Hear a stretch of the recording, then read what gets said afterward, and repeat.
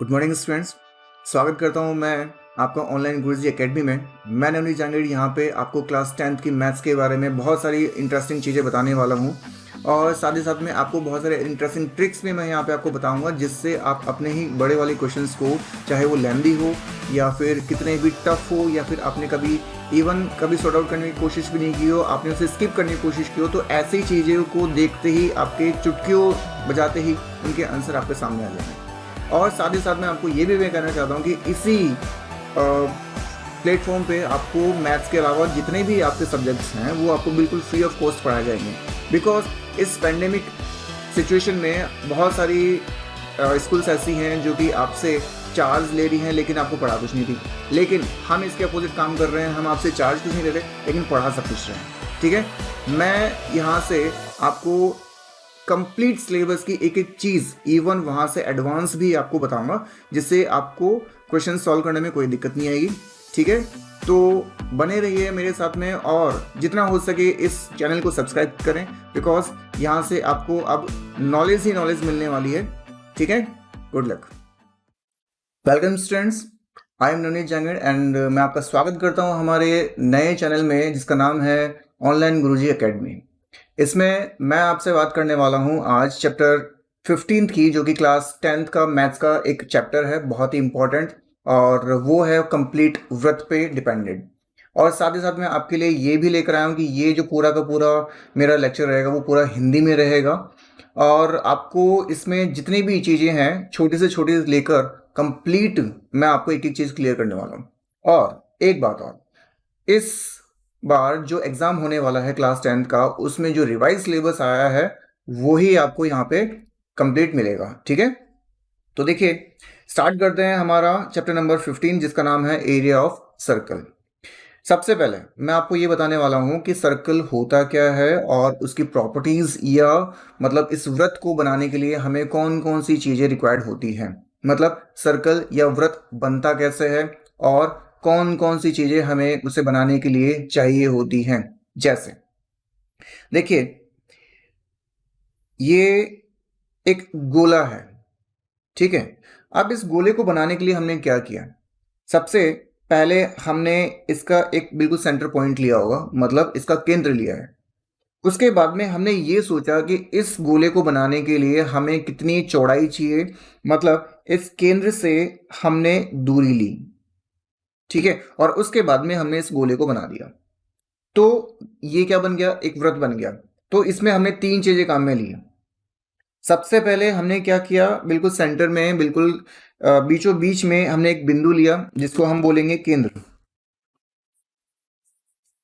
ठीक है, उसके बाद में हमने क्या की, इसकी दूरी नापी कि हमें कितना बड़ा व्रत बनाना है, तो इसे बोलेंगे हम त्रिज्या, जो कि होती है केंद्र से व्रत के परिधि की बीच की दूरी। ठीक है, और उसके बाद में हमने क्या कर दिया, इस गोले को बना दिया।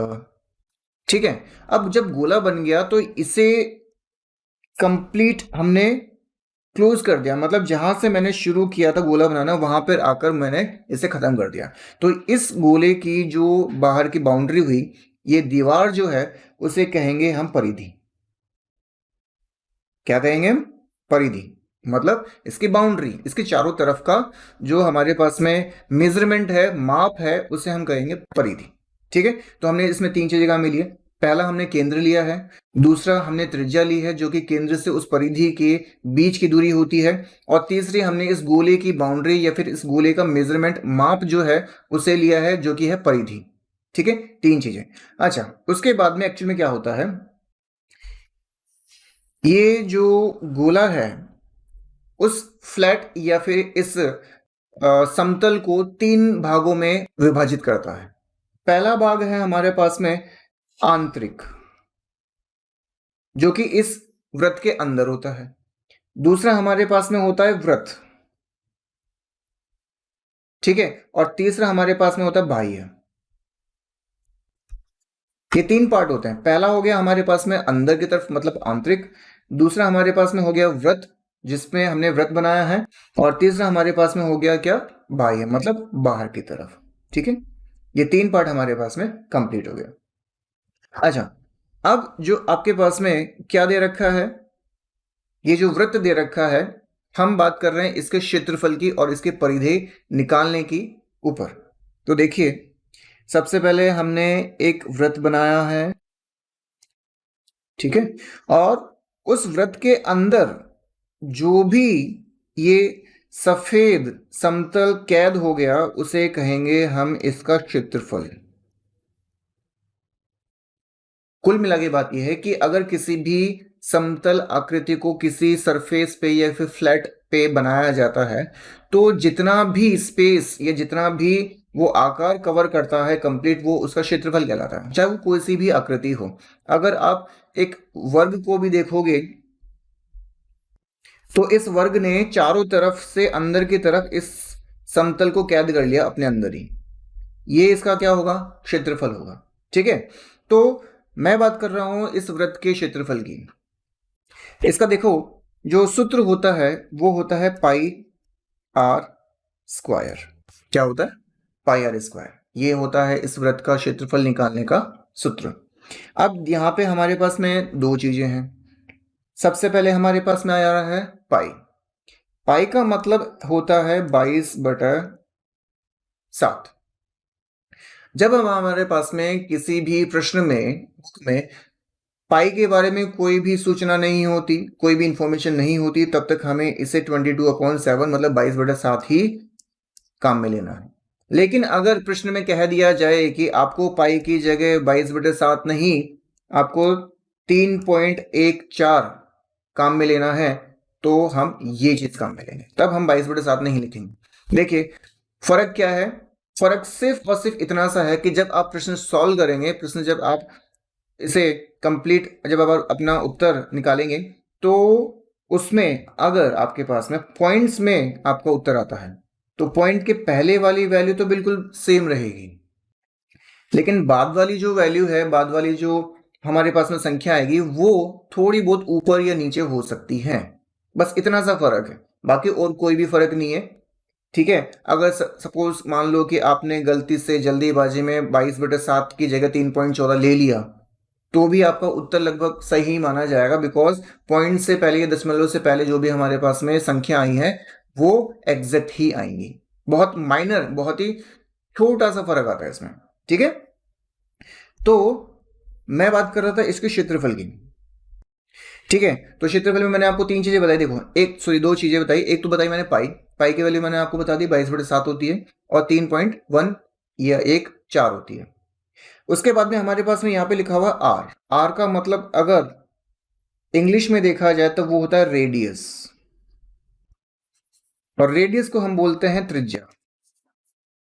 और त्रिज्या क्या होती है, उस वृत्त में केंद्र से उस परिधि के बीच में जो दूरी होती है उसे हम कहते हैं त्रिज्या। ठीक है, अब यहाँ पे ऊपर की तरफ ये है 2 मतलब 2। अब ये ऊपर की तरफ दे रखा है, इसे बोलते हैं घात। क्या बोलते हैं, घात बोलते हैं। मतलब हमें उस वाली संख्या को उतनी ही बार गुणा करना है जितनी बार हमारे पास में घात दे रखी होती है। जैसे अगर यहाँ पे R3 लिखा हुआ होता, इसका मतलब ये R जो है वो 3 बार होता, बट यहाँ पे लिखा हुआ R2 मतलब R स्क्वायर, इसका मतलब हमें इस R को 2 बार गुणा करना पड़ेगा। ये है, तो हमारा जो सूत्र है वो क्या बन गया, पाई R स्क्वायर बन गया। ठीक है, ये था हमारा पहला पार्ट। उसके बाद में इसमें एक चीज और आती है, इसकी परिधि। परिधि क्या होती है, देखिए मैंने आपको बताया जब मैंने ये जो वृत्त है बनाया था तब, कि इस वृत्त को बनाने के लिए आपको इसके बाहर की तरफ चारों तरफ एक बाउंड्री लेनी पड़ती है जो कि इसकी परिधि होती है। परिधि को फॉर्मूले के अकॉर्डिंग अगर अपन लिखें तो वो होता है 2πr। ठीक है, 2πr। एक चीज दिमाग में डाल लेना कि अगर किसी भी आकृति में गोल चीज आ रही है, चाहे वो नीचे का तल हो या ऊपर का ढक्कन हो या सामने की या फिर पीछे की कोई भी चीज अगर गोल आती है तो उसके फॉर्मूले में पाई 100% आएगा, बाकी किसी में नहीं आता। चाहे आप कोई सी भी आकृति उठाकर देख लीजिए, जिसमें गोला आ गया उसमें पाई 100% आएगा। ठीक है, तो ये हमारे पास में इसका फॉर्मूला हो गया 2πr। ठीक है, सेम चीज 2 ऐसे कैसे रखते हैं, उसकी वैल्यू फिक्स दे रखी है कि 2 की जगह 2 ही आएगा। पाई की जगह मैंने आपको बताया कि 22/7 मतलब 22/7 भी हो सकता है, तो 3.14 भी हो सकता है। आर का मतलब हमारे पास में थी त्रिज्या, जो कि क्या होती है, केंद्र से उस परिधि के बीच की दूरी होती है। तो फॉर्मूला क्या बन गया, 2πr हमारे पास में बन गया। ठीक है, तो हमने अभी अभी यहाँ पे दो चीजें डिस्कस करी है मोटी मोटी। ठीक है, वही आपके एग्जाम में आने वाली है। पहली चीज हमने क्या करी, क्षेत्रफल। ठीक है, और दूसरी हमने करी परिधि। ये दो चीजें हमने डिस्कस करी। तो एक बार फिर से एक बार इसको देख लेते हैं। क्षेत्रफल का मतलब हो गया πr², और परिधि का मतलब हो गया 2πr, मतलब त्रिज्या। तो इसका मतलब हो गया 22/7, और त्रिज्या को हमें 2 बार गुणा करना है। यहाँ पे हो गया 2 ऐसी की ऐसी, फिर पाई की वैल्यू 22/7, और आर का मतलब त्रिज्या को एक बार मल्टीप्लाई करना है। ठीक है, ये दो चीजें हमने डिस्कस करी और यही आपका एग्जाम में आने वाला है। ठीक है, बाकी जो हमारे पास में इसमें वृत्तखंड, त्रिज्यखंड, स्पर्श रेखाएं, छेदक रेखाएं जो होती है, वो इस बार गवर्नमेंट ने हटा दिया है। ठीक है, वो आपके एग्जाम में नहीं आने वाली। अब देखिए, बात करते हैं इनके क्वेश्चंस पे कि सॉल्व कैसे करना है।